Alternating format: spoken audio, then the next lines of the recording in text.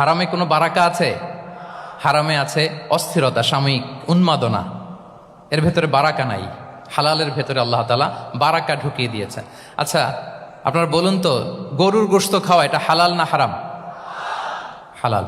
কুকুরের গোশত খাওয়া হালাল না হারাম? আচ্ছা, গরু বছরে বাচ্চা দেয় কয়টা? গাভী? আচ্ছা একটা। কুকুর দেয় কয়টা? কয়টা? 7টা, 8টা, 10টা? ফ্যামিলি প্ল্যানিং নাই তো? দেদারসে দিচ্ছে। আচ্ছা, গরু হালাল, কুকুর হারাম। গরু বাচ্চা দেয় কয়টা? কুকুর দেদারসে দিচ্ছে। তারপরেও বলেন, আমাদের এই যে বাংলাদেশে আমাদের কুরবানির ঈদে লক্ষ লক্ষ গরু জবাই হয়, বিয়ের অনুষ্ঠানগুলোতে এত গরুর গোশত আমরা খাই, আর প্রতিদিনের চাহিদা মেটানোর জন্য তো কত গরু কোরবানি করা হয়। এরপরেও বলেন, বাংলাদেশে গরু বেশি না কুকুর বেশি? সবাই বলেন, গরু বেশি না কুকুর বেশি? কারণ কি? হালাল। কারণ কি? এই হালালে বরকত ঢুকিয়ে দিয়েছে কে? তাহলে if there is no concept of halal and haram, there is no Islamic lifestyle. প্রথম core value of Islamic lifestyle হচ্ছে আপনাকে হালাল দিয়ে আপনার জীবনকে সাজাতে হবে। লা ইয়াদখুলুল জান্নাতা জাসাদুন গুযিয়া বিল হারাম। হারাম খেয়ে বর্ধিষ্ণু যে দেহ, সে দেহ আল্লাহর জান্নাতে প্রবেশ করবে না। মানে whatever you consume, it should be হালাল। এটা হালাল হইতে হবে। শুধু যেটা আপনি খাচ্ছেন এটাই না, কুলু মিম্মা ফিল আরদি হালালান তাইয়্যিবা, আল্লাহ তাআলা বলেছেন যেটা কনজিউম করবো হালাল হবে, হালাল হতে হবে।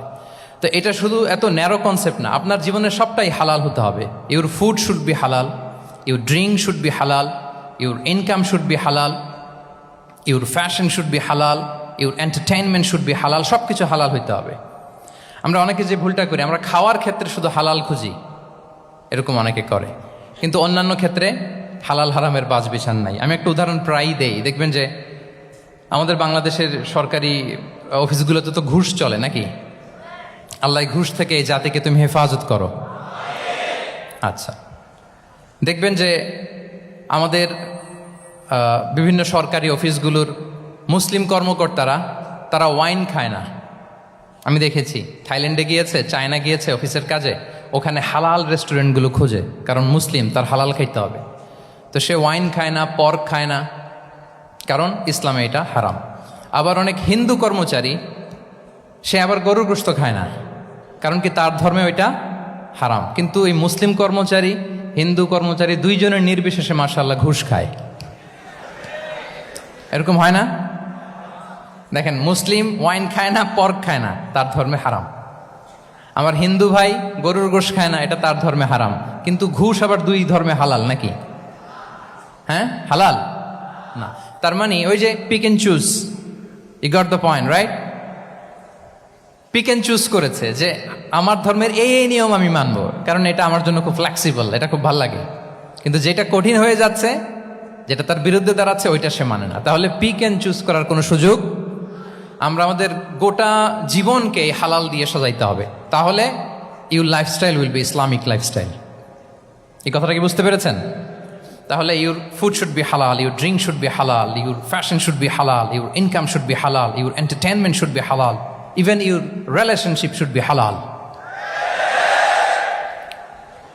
ব্যাপার কি? এটার এত আওয়াজ বেড়ে গেল।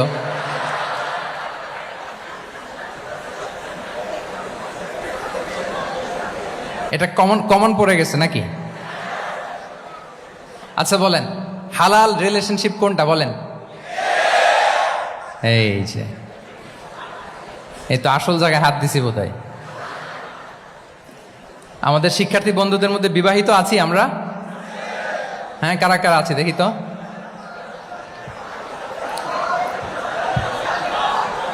দেখি দেখি, মাশাআল্লাহ মাশাআল্লাহ, ঠিক আছে ঠিক আছে।